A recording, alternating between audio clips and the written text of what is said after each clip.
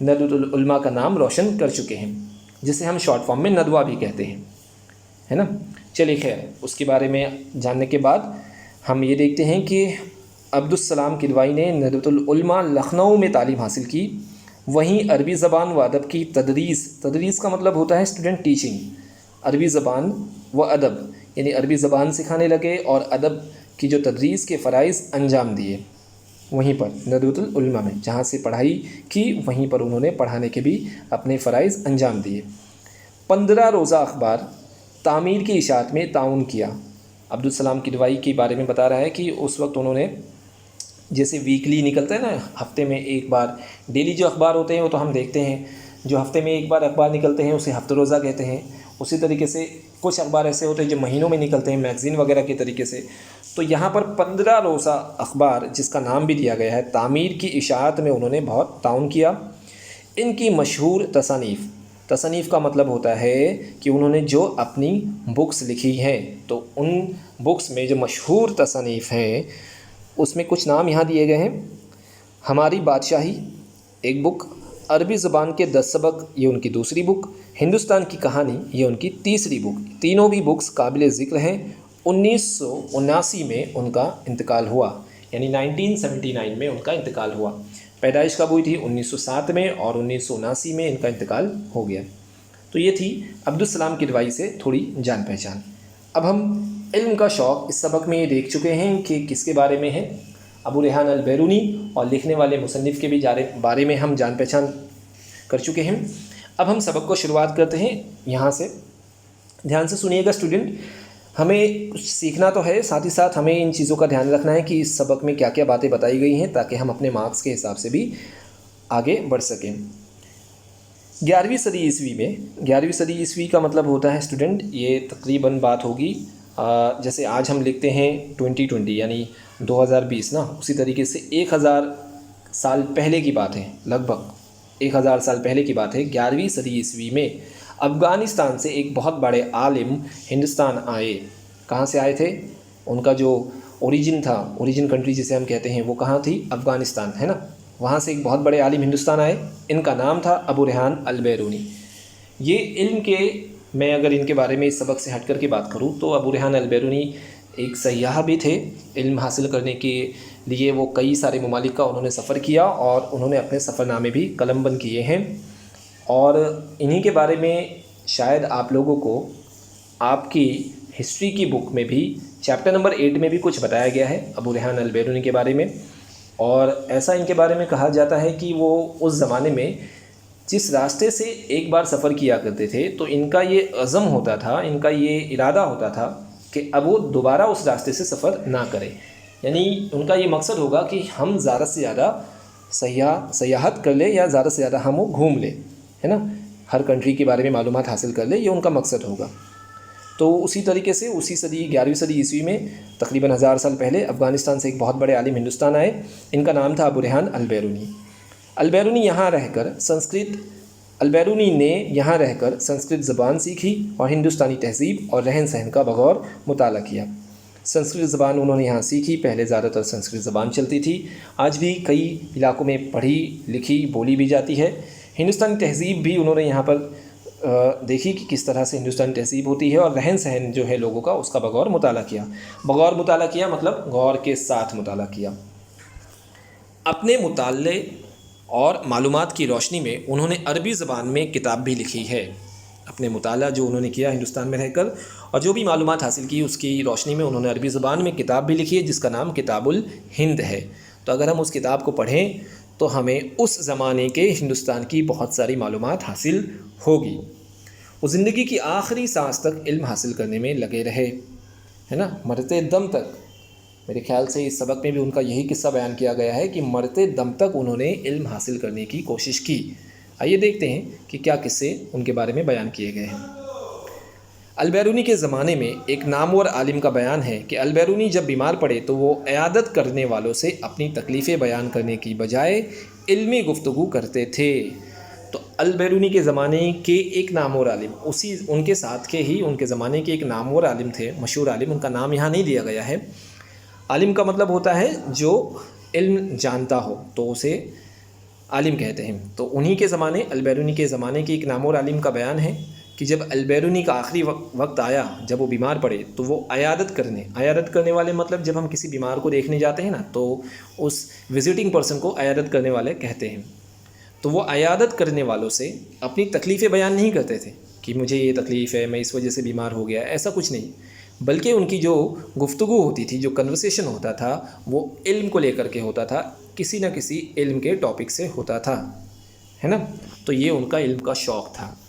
جب ان پر بیماری کا پورا غلبہ ہوا، غلبہ ہونے کا مطلب آپ کہہ سکتے ہو کہ بیماری پوری طریقے سے بڑھ گئی ہے نا، اور زیادہ ہو گئی، تو ان کے صحت یاب ہونے کی کوئی امید باقی نہ رہی۔ یعنی لوگوں کو ایسا لگنے لگا اس زمانے میں کہ اب بیماری کافی زیادہ بڑھ چکی ہے، عمر بھی ہو چکی ہے، تو صحت یاب ہونے کی کوئی امید ان کی باقی نہ رہی، یعنی کہ ٹھیک ہونے کی کوئی امید دکھائی نہیں دے رہی تھی۔ اور ہر آن کا مطلب ہر لمحہ، ہر وقت ان کی زندگی کا چراغ غل ہونے کا خطرہ پیدا ہو گیا۔ زندگی کا چراغ گل ہونا یہ ایک محاورہ ہے، اس کا مطلب ہوتا ہے کہ مر جانا، انتقال کر جانا۔ ہر آن ان کی زندگی کا چراغ غل ہونے کا خطرہ پیدا ہو گیا، تو ان کے تمام دوست، شاگرد اور عقیدت مند بے چین ہو گئے۔ کن کے؟ ابو ریحان البیرونی کے تمام دوست، ان کے جو شاگرد اور جو ان کے چاہنے والے عقیدت مند تھے، وہ بے چین ہو گئے۔ عیادت کرنے والوں کا تانتا بن گیا۔ تانتا بننا بھی ایک محاورہ ہے۔ عیادت کرنے والے یعنی دیکھنے آنے والوں کا پوری رش ہو گئی، لائن لگ گئی، کنٹینیوسلی لوگ ان کو دیکھنے آنے لگے۔ یہ کس نے بیان کیا؟ یہ مصنف نے نہیں بیان کیا، یہ البیرونی کے زمانے کے ایک نامور عالم کا بیان ہے، مصنف نے وہاں سے انہیں کاپی کیا ہے۔ اب ہم تیسرے پیراگراف کی طرف ہیں۔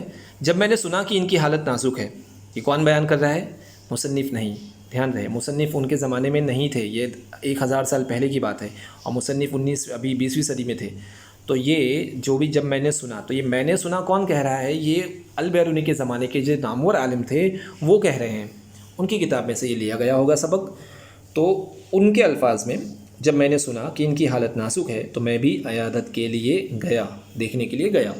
دیکھا تو ہوش اڑ گئے۔ علم و تحقیق کا یہ پتلا، یعنی کہ علم حاصل کرنا اور تحقیق، ریسرچ کرنے والے کا یہ پتلا جو ہے، زندگی اور موت کی کشمکش میں مبتلا تھا۔ اپنے آخری لمحہ وہ زندگی اور موت کی کشمکش میں مبتلا تھے، اور اسے دیکھ کر کے وہ جو نامور عالم تھے، مشہور عالم تھے، وہ کیا ہو گئے؟ ان کے ہوش اڑ گئے۔ ہر لمحہ سانس رک جانے کا ڈر تھا، لیکن مجھے دیکھ کر وہ اپنی بیماری بھول گئے۔ ہر لمحہ، کسی بھی وقت ان کی سانس رک جاتی، اس چیز کا لوگوں کو ڈر تھا، کسی بھی وقت ان کا انتقال ہو جاتا، لیکن جیسے ہی البیرونی نے ان کے زمانے کے مشہور نامور عالم کو دیکھا تو وہ اپنی بیماری کیا ہو گئے؟ بھول گئے، اور سخت کمزوری کے باوجود انہوں نے ایک مشکل علمی مسئلہ حل کرنے کی خواہش ظاہر کی۔ یعنی کافی کمزور ہو چکے تھے، اتنی کمزوری کے باوجود بھی اپنے آخری لمحات میں، جب لوگ اکثر کچھ بول نہیں پاتے ہیں، کچھ سوچ نہیں پاتے ہیں، اس لمحات میں بھی انہوں نے ایک مشکل علمی مسئلہ حل کرنے کی خواہش ظاہر کی۔ مجھ سے کہنے لگے، اب یہ کون کہہ رہا ہے؟ یہ نامور مشہور عالم کہہ رہے ہیں کہ البیرونی ان سے کہنے لگے، مجھ سے کہنے لگے، اچھا ہوا آپ وقت پر آ گئے، میں کچھ دیر سے ایک مشکل مسئلے کے بارے میں غور کر رہا ہوں، لیکن ابھی تک سمجھ میں نہیں آیا۔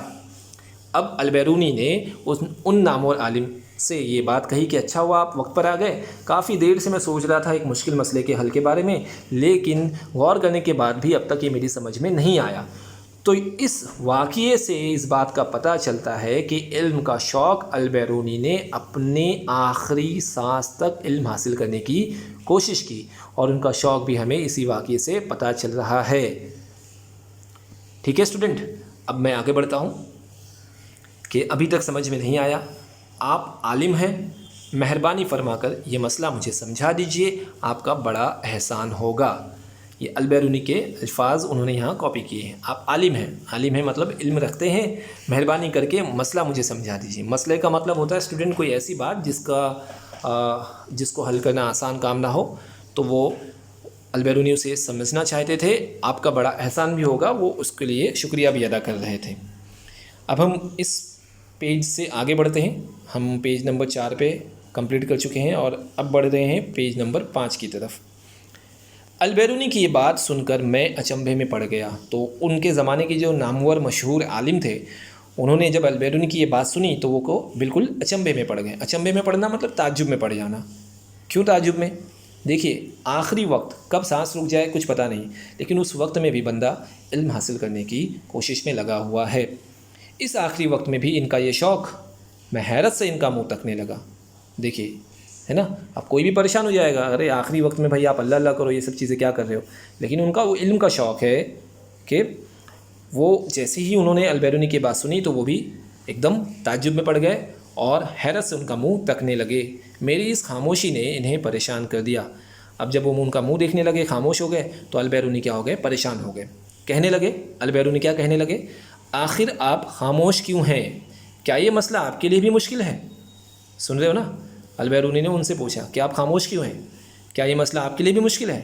تو میں نے کہا، ان کے زمانے کے جو عالم تھے انہوں نے کہا، نہیں، مسئلے کا حل میرے لیے مشکل نہیں ہے، لیکن میں حیران اس بات پر ہوں کہ آپ کی یہ حالت، بیماری کی یہ شدت، اور ایسے نازک اور مشکل وقت میں آپ ایک مسئلے کو سمجھنا چاہتے ہیں۔ اس وقت اس سے کیا حاصل؟ یعنی کہ عین وقت میں آپ کو اس سے کیا حاصل ہوگا؟ اب مزید علم حاصل کر کے کیا کیجئے گا؟ ان کا یہ سوال تھا البیرونی سے کہ اب زیادہ علم حاصل کر کے آخری وقت میں آپ کیا کیجئے گا؟ انہوں نے البیرونی سے الٹا سوال کر دیا۔ اب نیکسٹ پیراگراف میں آپ دیکھیں گے لائن کو، میں سمجھتا تھا کہ میری بات سن کر البیرونی کسی مسئلے کے بارے میں سوچنا چھوڑ دیں گے، ہے نا، آخری وقت میں جب کوئی اس طریقے سے الٹا سوال کرے گا تو وہ سیکھ جائیں گے کہ ہاں چلو آخری لمحات ہے، اب کیا مسئلے وغیرہ سیکھوں، کیا علم حاصل کروں، اور کسی مسئلے کے بارے میں سوچنا چھوڑ دیں گے۔ مگر وہاں تو علم کے شوق کا اور ہی عالم تھا۔ البیرونی آسانی سے ہار ماننے والوں میں سے نہیں تھے، ان کا علم کے شوق کا عالم اور ہی کچھ تھا۔ کہنے لگے، البیرونی کیا کہنے لگے؟ آپ سمجھتے ہیں کہ میرا آخری وقت آ گیا ہے اور اس موقع پر کسی نئے مسئلے کو سمجھنے کی ضرورت کیا ہے؟ لیکن میرے محترم، انہوں نے کہا، البیرونی نے، وہ جو نامور عالم تھے ان سے کہا کہ آپ سمجھ رہے ہیں کہ میرا آخری وقت آ گیا، ٹھیک ہے، اور اس موقع پر کسی نئے مسئلے کو کیا سیکھنے کی ضرورت ہے؟ لیکن میرے محترم، انہوں نے اپنے جو عالم تھے ان سے کہا کہ اگر میرے مرنے سے پہلے میں ایک اور نیا مسئلہ جان جاؤں تو کیا مجھے خوشی نہیں ہوگی؟ اگر مرنے سے پہلے میں ایک اور علم حاصل کر لوں تو کیا مجھے خوشی نہیں ہوگی؟ مرنے سے پہلے میں آخر اس خوشی سے کیوں محروم رہوں؟ تو مرنے سے پہلے وہ علم حاصل کرنے کی خوشی کو حاصل کرنا چاہتے تھے، تو کیوں ان سے محروم رہوں؟ تو یہ ان کا جواب تھا البیرونی کا۔ البیرونی کا یہ جواب سن کر میں دنگ رہ گیا۔ علم کا شوق ہو تو ایسا ہو۔ میں نے اس مسئلے پر گفتگو شروع کی اور اس کی باریکیاں سمجھانے لگا۔ البیرونی دلچسپی کے ساتھ میری بات سننے لگے اور اسی حال میں ان کی روح پرواز کر گئی مطلب ان کی روح اس دنیا سے دوسری دنیا میں شفٹ ہو گئی، انتقال ہو گیا۔ تو یہ تھا علم کا شوق البیرونی کا، اپنے آخری لمحات میں بستر مرگ پر، یعنی کہ بستر پر لیٹے ہوئے، وہ بھی علم حاصل کرنے کا شوق۔ آج کل کے زمانے میں ہم ایسے لوگوں کو بہت کم دیکھتے ہیں۔ آج کل کے زمانے میں ہم کسی کی بھی بات کر لیں، اسٹوڈنٹ تو چھوڑ دیجئے، ہم جیسے ٹیچرز بھی اس طریقے کا علم کا شوق نہیں رکھتے۔ تو بچوں، میں آپ کو یہی سیکھ دینے کی کوشش کروں گا کہ علم حاصل کریے، علم سے دوستی پیدا کریے، عالم کہلائیے۔ کسی بھی طریقے کا علم ہو، چاہے وہ دینی ہو، دنیاوی ہو، حاصل کریے۔ ہمیں تو بولا ہی گیا ہے کہ علم حاصل کریے، چاہے اس کے لیے آپ کو چین تک جانا پڑے۔ خیر، اسی سیکھ کے ساتھ میں یہ سبق یہاں ختم کر رہا ہوں، اور اب ہم اپنے مارکس کے حصے کی طرف بڑھتے ہیں کہ کس طرح سے سوالات جوابات پوچھے جائیں گے۔ سب سے پہلے معنی و اشارات دیکھ لیتے ہیں کہ اس سبق میں کیا جو الفاظ تھے وہ استعمال کیے گئے ہیں۔ کئی سارے الفاظ کی میننگ میں آپ کو پہلے ہی بتا چکا ہوں۔ بیماری کا غلبہ ہوا یعنی بیماری بڑھ گئی، انگلش میں گیٹنگ ورسٹ کنڈیشن۔ زندگی کا چراغ گل ہونا، یہاں پہ مراد ہوگا زندگی ختم ہونا، مر جانا، ڈائی ہو جانا۔ عیادت، بیمار کا حال پوچھنا، وزٹنگ اے سک، عیادت کرنے جانا یعنی بیمار کا حال پوچھنے جانا۔ تانتا بننا، میں نے بتایا تھا کہ آپ کو رش ہو جائے گی، لگاتار لوگ آتے ہیں، ہے نا۔ مسئلہ، جو وہ سیکھنا چاہتے تھے، ایسی پیچیدہ بات جس کا حل معلوم کرنا مشکل ہو، پرابلم انگلش میں۔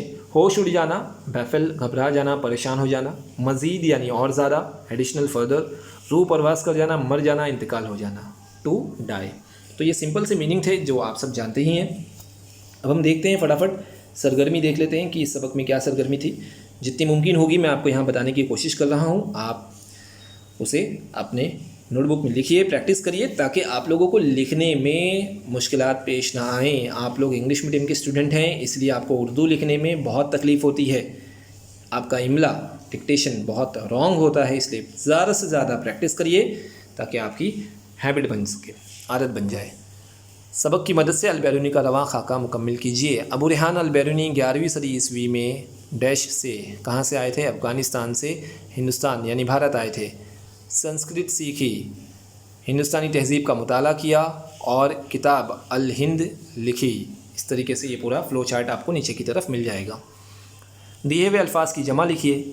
تو واحد جمع جو ہوتا ہے جس کو سنگولر اور پلورل کے نام سے ہم جانتے ہیں، یہاں پر وہی کرنا ہے۔ اوپر جو آپ دیکھ سکتے ہو یہاں پر اوپر کی طرف جو الفاظ لکھے ہوئے وہ سب واحد ہے، سنگل ہے، ان کو ہم جمع کے فارم میں لکھیں گے، پلورل کے فارم میں لکھیں گے۔ علم، علوم، عالم کا علماء، مسئلہ، مسائل، لمحہ، لمحے، وقت، اوقات، کتاب، کتب۔ اس میں سے کچھ اگر 19-20 اگر ہو سکتا ہے کہ میں نے جلد بازی میں کچھ غلط اگر بتا دیا ہوں تو اسے ہم بعد میں کریکشن کر سکتے ہیں، ٹھیک ہے۔ کچھ چیزیں اکثر ہوتی ہیں کہ ہمارے دھیان سے اتر جاتی ہیں، تو اس کے لیے میں شروعات میں ہی آپ کو بتا دوں کہ اگر کہیں جوابات دینے میں غلطی ہو گئی تو اسے آپ بعد میں کریکشن کر سکتے ہیں، انسان سے غلطیاں ہوتی ہیں۔ خاکہ مکمل کیجیے۔ علم سیکھنے والا اور علم سکھانے والا۔ سیکھنے والے کو ہم کیا کہیں گے؟ شاگرد بھی کہہ سکتے ہیں، اور سکھانے والے کو ہم استاد کہہ سکتے ہیں۔ تو یہ بھی ہو سکتا ہے، یا اگر ہم سبق کے حوالے سے دیکھیں تو اور بھی کچھ اس کے آنسر مل سکتے ہیں۔ اس کے بعد اگر ہم نیچے کی طرف جائیں تو یہاں پر آپ کو کافی سارے سوالات جوابات دیکھنے کو مل سکتے ہیں۔ پہلا ہے فقرے اور محاورے اور ان کا میننگ، مفہوم مطلب ان کا میننگ۔ تو جوڑیاں لگانا ہے، میچ اپ کرنا ہے آپ کو آخری سانس تک۔ اب بتائیے کہ اس کا میننگ کیا ہوگا؟ زندگی کے آخری وقت تک، یعنی آخری سانس تک، زندگی کے آخری وقت تک، دوسرا والا، پہلے کا دوسرا۔ زندگی کا چراغ گل ہونا، زندگی کا چراغ گل ہونا، زندگی ختم ہو جانا، دوسرے کا پہلا والا۔ تانتا بندھنا، تانتا بندھنا مطلب لگاتار آنا، تیسرے کا چوتھا۔ ہوش اڑ جانا، ہوش اڑ جانا، اور دنگ رہ جانا، اچنبے میں پڑ جانا۔ دیکھیے لگ بھگ میننگ ایک جیسے ہی ہیں، تو ذرا دھیان سے یہاں پر دنگ رہ جانا کا میننگ ہوگا کہ حیران رہنا، ہوش اڑ جانا پریشان ہونا، اچنبے میں پڑ جانا بہت زیادہ تعجب ہونا۔ یہ کچھ میننگ ہو سکتے ہیں، ٹھیک ہے۔ کریکشن کی ضرورت پڑی تو آپ اسے اپنے نوٹس میں بھی دیکھ سکتے ہیں۔ اس کے بعد اسٹوڈنٹ اگر ہم نیچے کی طرف دیکھیں تو درج بالا فقروں اور محاوروں کو اپنے جملوں میں استعمال کیجیے۔ میک سینٹنس کرنا ہے انہی کو استعمال کر کے۔ البیرونی کے علم کے شوق کو اپنے الفاظ میں بیان کیجیے، یعنی سبق کے پورے قصے کو مختصر شارٹ میں اپنے الفاظ میں آپ کو لکھنا ہے کہ علم کا شوق، تو جو ان کے آخری لمحات کا جو واقعہ ہے اسے آپ بیان کریں گے۔ البیرونی کے زمانے کے نام اور عالم کا بیان لکھیے۔ تو جو ان کے زمانے کے نام اور عالم تھے ان کا کیا بیان ہے وہ آپ کو یہاں پر لکھنا ہے۔ البیرونی کے آخری وقت سے عالم سے گفتگو کو اپنے الفاظ میں لکھیے کہ انہوں نے آخری وقت سے جو عالم سے گفتگو کی وہ کس طرح کی تھی۔ تو تقریباً تینوں سوالات کے جوابات کچھ میچ کرتے ہیں۔ آپ بہتر ہوگا نوٹس کو یہاں پر ریفر کریے۔ سارے جوابات میں یہاں آن لائن آپ کو نہیں بول سکتا ہوں، اس لیے نوٹس کو ریفر کریے اور جوابات کو آپ یاد کریے۔ اس کے نیچے ہے ذیل کے جملوں کو سبق کی ترتیب کے مطابق لکھیے۔ کرونولوجیکل آرڈر جو ہوتا ہے، پہلے کون سا جملہ سبق میں آیا تھا اس کے حساب سے آپ کو ترتیب دینا ہے نا۔ تو یہ 4 جملے ہیں 1 2 3 4 کر کے، جو پہلے آیا رہے گا سبق میں وہ آپ کو پہلے لکھنا ہے۔ آپ سمجھتے ہیں کہ میرا آخری وقت آ گیا ہے، یہ پہلے نہیں آیا۔ علم و تحقیق کا یہ پتلا زندگی و موت کی کشمکش میں مبتلا تھا، ان کے صحت یاب ہونے کی کوئی امید باقی نہ رہی۔ البیرونی نے یہاں رہ کر سنسکرت زبان سیکھی، تو یہ پہلا آئے گا۔ البیرونی نے یہاں رہ کر سنسکرت زبان سیکھی۔ پھر آپ سمجھتے ہیں پھر چوتھا والا جو ہے وہ پہلا آئے گا، اور اگر ہم سبق کو دیکھیں تو دوسرا والا علم و تحقیق کا یہ پتلا زندگی و موت کی کشمکش میں مبتلا تھا، جو دوسرا والا ہے وہ تیسری پوزیشن پہ آئے گا، اور تیسرا والا جو ہے ان کے صحت یاب ہونے کی کوئی امید باقی نہ رہی، وہ دوسری پوزیشن پہ آئے گا، اور پہلا والا جو ہے وہ چوتھی پوزیشن پہ آئے گا۔ یہ میرے اندازے کے مطابق، میں یہاں سبق نہیں دیکھ رہا ہوں، جتنا یاد ہے اس کے حساب سے میں آپ کو کرا رہا ہوں۔ اور اسی کے ساتھ آگے جو ہے وہ گرامر کا پارٹ شروع ہوتا ہے، ہم کسی دن گرامر بھی کریں گے۔ ہے نا. تو سبق نمبر 2 اسی کے ساتھ چھوٹا سی ایک سبق تھا، میں یہاں اسے ختم کر رہا ہوں. علم کا شوق. بہتر ہوگا مزید ایک مرتبہ آپ اسے پڑھیے، خود سے سنیے اور پھر سوالات کے جوابات کو حل کرنے کی کوشش کریے. ضرورت ہو تو آپ اپنے ڈائجسٹ کا بھی استعمال کر سکتے ہیں. اب ہم ملیں گے اپنے اگلے لیکچر میں کسی نظم کے ساتھ. تب تک کے لیے اسی کی پریکٹس کریے. السلام علیکم.